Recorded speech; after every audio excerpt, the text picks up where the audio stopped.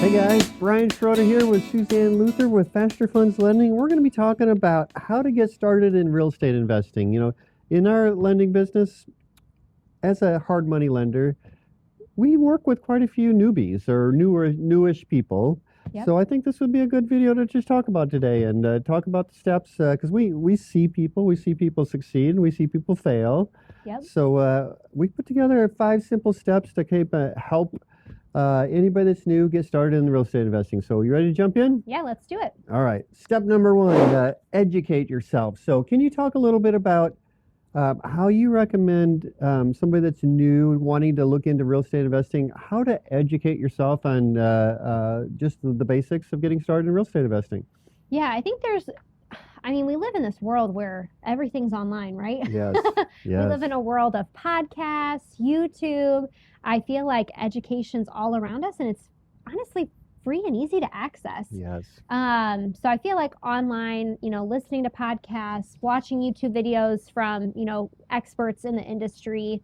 I know Bigger Pockets is a popular one. Just kind of looking up stuff like that.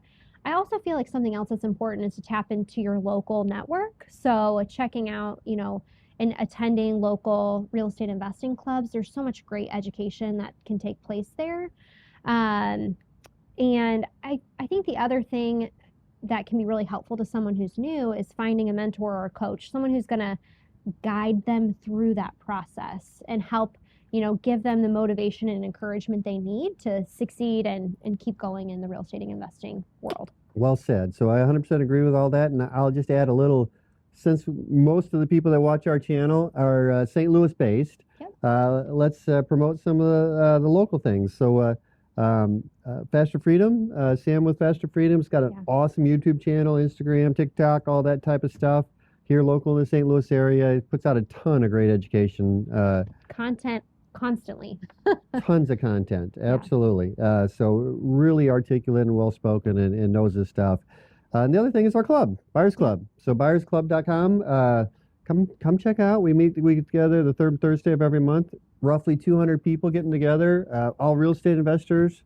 Always a great speaker, that type of thing. So it's good to just find your community.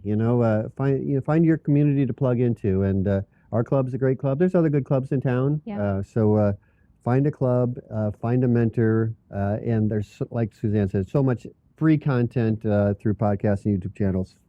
So step number 2. Set yourself some short-termish goals. And I said short-termish because a lot of people, when they're first getting into real estate investing, they think about, I'm going to buy 100 rentals over the next year or two.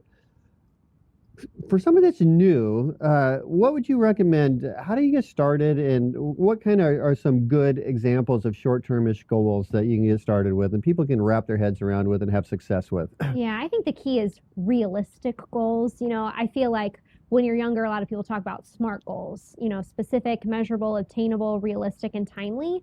And I think that really comes into place with, new investors. They listen to a lot of gurus who are like, oh, we've done, 1,000 flips, or we've done this or that. And that's super overwhelming. And I find people are in this analysis paralysis state because they don't even know where to begin.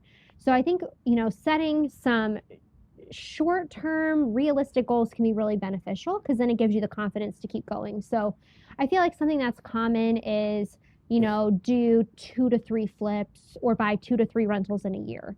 It gives people the opportunity to buy a house, fix it up, and resell it, and then continue to do that, 1 or 2 other times throughout the year, or buy a house, fix it up, rent it out, refinance, and then you have time to still do another one in that year. So I feel like that's a great place to start. And if you really get in the hang of it and you're able to do more, great. But at least you've set, a realistic starting point to give you the confidence to keep going. Awesome. Step number 3, line up your financing. So lots of different methods of financing out there. I think it confuses some people. So let's break that down a little bit. The different options and kind of where you would recommend people get started. Yeah, so option 1 is a hard money lender. Obviously, we're a hard money lender. That's the benefit to working with a hard money lender is that's all we do. We are specifically designed to be a lender for a local rehabber or a local landlord. Typically with hard money, you are going to pay higher rates and it's an interest only loan. However, it's like specific for that property. If you buy it right, you don't have to have any money down, or you just have to have very little down, which is different from, another option, which is getting a commercial loan. So that's going to a local bank. Typically, they're going to have you put, about 10%, 20%, 30%, depending on the lender, down on your purchase price. And then maybe they'll cover the rehab, maybe they won't. So you'll have better rates, but they might be a little slower to fund your deal, and you're going to have a decent chunk of money into it. Another option is private money. So with private money, that's going to friends and family who, or maybe they have some extra cash setting aside and you can partner with them on a deal. The benefit to private money is, you know who you're borrowing from. Sometimes you can get better rates. The downside to private money is oftentimes they only have, a limited amount of funds. So you can't, maybe fund the whole project that way or something like that. Something that we frequently see is people combining private money with hard money or with a commercial lender. Yeah, so let me add just a few little things to that. Number one, this video is geared toward the new person, how to get started in real estate investing. And I was one of those at one point. And on my very first deal, I just went to a mortgage broker and got a loan through a mortgage broker. And I see so many people that do that these days. I met a guy today who does that. The new guy doesn't know any better. Yeah. Quite often doesn't even know what a hard money lender is, or for sure what a private lender is, and wouldn't even know how to help a private, because a lot of private lenders don't even know how to put together a promissory note, deed of trust. So I wouldn't stay away from private lenders when you're beginning, because you kind of got to coach them. And if you're new, you're not going to be able to coach them. Yeah. Secondly, mortgage broker, absolute worst thing to do, because number one, you got to put 20-25% down. You're getting no help along the way. You're typically buying a house that needs work. Mortgage brokers don't want a house that needs work. It's going to send out an appraiser and it's going to come back with all kinds of issues. So don't go to a mortgage broker. It just messes things up. Now, can you do it sometimes? People have gotten away with it. I did, and I know a lot of other people do, because it happens all the time, but it's just going to cause problems. I believe strongly that for a newbie, the best answer is a hard money lender, because not only is a hard money lender educated in your area, they're going to walk the house with you. A bank or mortgage broker, private lender, none of them are going to do that. So a hard money lender is going to walk the property with you, help give you guidance on whether you get a good buy on it. Talk through the rehab process, maybe coach you or give you ideas on how to do the rehab in a way that makes sense. So anyway, lots of options out there. For the new person, I just strongly recommend just go to a hard money lender. It's going to simplify the whole process for you tremendously. Yeah. You are going to pay a little bit more than with the other things, but in the long run, I think it'll save you a ton of money. So I agree, because it comes back to that's what they do. Yes. It's not what everyone else does. Right. So, and when you're new, it helps to have that extra set of hands or set of eyes and another guide. Yes. All right. Step number 4, determine your acquisition strategy. So as a new real estate investor, you got to educate yourself. You got to, set some goals. What are you going to do? You have to line up your financing, but then you got to actually go find a deal. And so many people don't know how to do that, and it's understanding. It's the first time you're doing it, So let's give some people some ideas on how to find a deal, especially when they're new in the business. I think your easiest way to find a deal when you're new is to just buy through a wholesaler. So what a wholesaler does is they're, doing the hard work for you. They're the ones going out and finding the deals, and then they're just, sending those deals out to buyers to try to just make a spread. And it's the easiest way as a new person for you to just walk a lot of deals and start to just set eyes on properties. So wholesalers are a great option. I always recommend working with local wholesalers, getting on different mailing lists, things like that. Another option is working with real estate agents. So this is especially beneficial too if you're new, but maybe you have a real estate license. That's how I see newer investors have the most success with real estate agents. But basically they're going out to their network of real estate agents and they're saying, hey, we're looking to buy a distressed property. Here's what we're looking for. And if an agent has something like that in their network, they can send it to you. Another option is doing direct mail. Direct mail is not what I would recommend for new people. You're just not going to know probably like what to offer or what you're doing. Direct mail is crazy expensive. So I feel like it's not a great option for someone new. I feel like leave that to the wholesalers or more of the experts out there. Another option is just using your sphere of influence. I feel like there's so many people who can just, use their network, post on, social media, hey, I buy houses, here's what I'm looking for. I think that strategy is more powerful once you've done a couple deals, because then you can show people, hey, I've bought this deal, and you're getting a little bit more confident with your numbers. I think the key is, when you're making offers, just make sure you've kind of figured out your numbers, how to budget a rehab, and what that property is worth, because that'll help you make confident offers. Yeah, so I'll just add just a little bit to that. I think for most people, I believe that the easiest way to get started is to build a relationship with wholesalers. You talked a lot about that, and I agree with that. I think that's the best way for most new people. You kind of described what a wholesaler is. So let's dig into it just a little bit farther, how to work with wholesalers. And so I'm going to start off by saying wholesalers are selling you something. So don't believe their numbers. They're going to tell you what they think the ARV is and how much the rehab is going to be. Don't believe it. You got to verify it yourself. And that's coming back to what a good hard money lender will do, will help you to verify those numbers.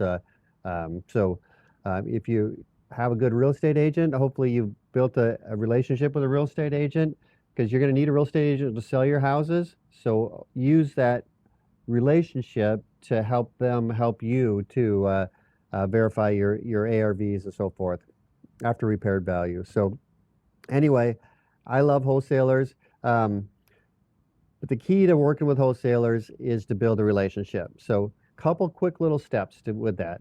Number one is you don't need a whole bunch of them. Just pick 3 or 4 or 5 that you can build a relationship with. Easy way to find wholesalers is, just Google "we buy houses" or something like that. Wholesalers are going to show up. Or if you're ever out driving around, you see bandit signs, those are wholesalers. So find people just by doing that. Good wholesalers are putting themselves out there. So anyway, you can find them fairly easily just by doing a Google search or seeing the bandit signs around town and stuff like that. Build a little list of a few wholesalers. Then one at a time, call them up, let them know that, hey, I'm a new real estate investor. I got my financing set up. I've been watching the videos. I know what to do. I know how to calculate my ARV. I know how to calculate my rehab. I'm ready to buy. And give them an idea where you want to buy, what part of town you want to buy in, what kind of property you're looking for. And then, do that maybe you do that with an initial phone call. I always encourage people to grab a wholesaler and take them to coffee or lunch or something. Build that relationship a little bit so they remember you, and then follow up with them. You got to get them to remember you, know who you are, and then follow up with them. And the way to follow up is just every 2 or 3 weeks, just shoot them a text. Hey, I'm still looking to buy a house. I'm looking to buy a house in Baldwin this week. I'm looking to buy a house in St. Charles this week. Whatever it is for you. So don't let them forget about you, because most wholesalers are lazy. They're going to sell to the person that's in front of them. And whenever a wholesaler brings you a deal, go look at it, make an offer, give them your feedback. Even if it's not anywhere close to what they're asking for it, they need people to look at houses and make offers on them. So definitely do that. It's building the relationship is more important than that particular deal. Anything else to add to that? I feel like another way to find wholesalers is kind of that first step that we talked about in educating yourself. Go to your clubs. That's where you'll find tons of wholesalers. So that's another great option.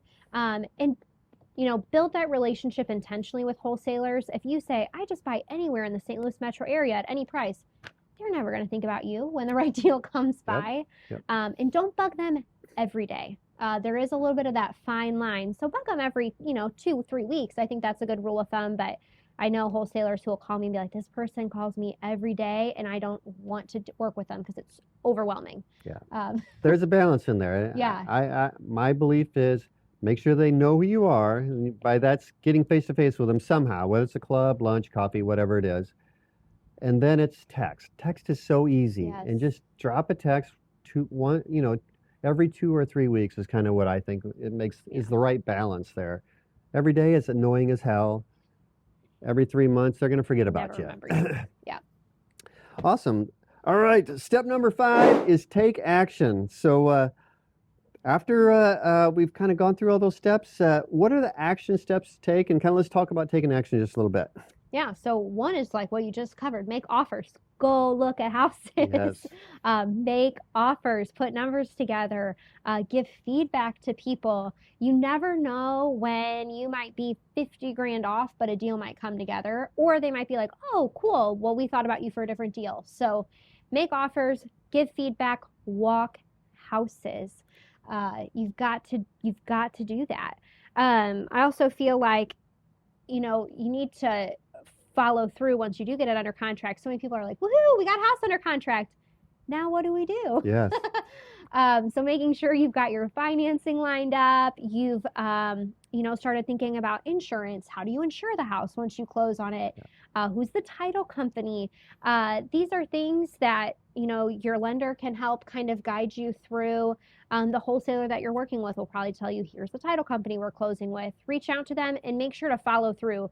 Don't just like get a house under contract and freeze. Yes. And I always like to tell people that's really where the learning starts, because you can listen to podcasts all day long, watch YouTube channels all day long, but until you buy a house, you don't really know what it's like. Yeah. So going through all those steps, if you do it well, you're going to get a house under contract. And at that point, you're going to figure out all the rest of the stuff. You're going to find your contractor. You're going to figure out how to, how much it costs to fix it up. You're going to figure it out. You're just going to do it. And you'll figure it out as long as you've done all those other steps. You will figure it out through the process. And again, going back to a hard money lender, if you didn't buy a good enough deal, your hard money lender is going to help you to not mess it up, as in not buy a bad deal and put yourself in a situation you're going to get hurt. So anyway, I encourage you to use a hard money lender. And but anyway, just take action, get a house under contract, and you'll figure out the next steps as you go. And that's really where the learning really gets cemented in. Agreed. I think that's a great point because so many people think like the learning happens before and they try to learn everything they can, but in reality, you don't know what you're doing until you close on that first That's deal. exactly right. And you get your hands dirty in your first deal and you come across problems and deal with inspectors. And I encourage people on your first deal just to have a mindset to learn.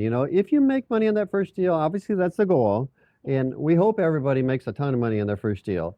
But even if you break even on the first deal, it's a ton of education there. Yeah. You've learned so much by going through that deal. So, and you're putting your team together, you're just going to do better and better from there. So hopefully you make a ton of money on that first deal, and that'll get you even more motivated to keep going forward and so forth. But I just say get a house under contract with a mindset to learn and just learn the process through that. Yeah. All right, so we did the 5-step process. 5 steps are educate yourself, set some short-term goals that you can hit, set up your financing, determine your acquisition strategy, and then take action. Anything else to add or wrap it up? No, I think just get excited. Real estate investing is fun. It's exciting. There's so much to learn out there. So I just encourage people to, follow those 5 steps and just jump in.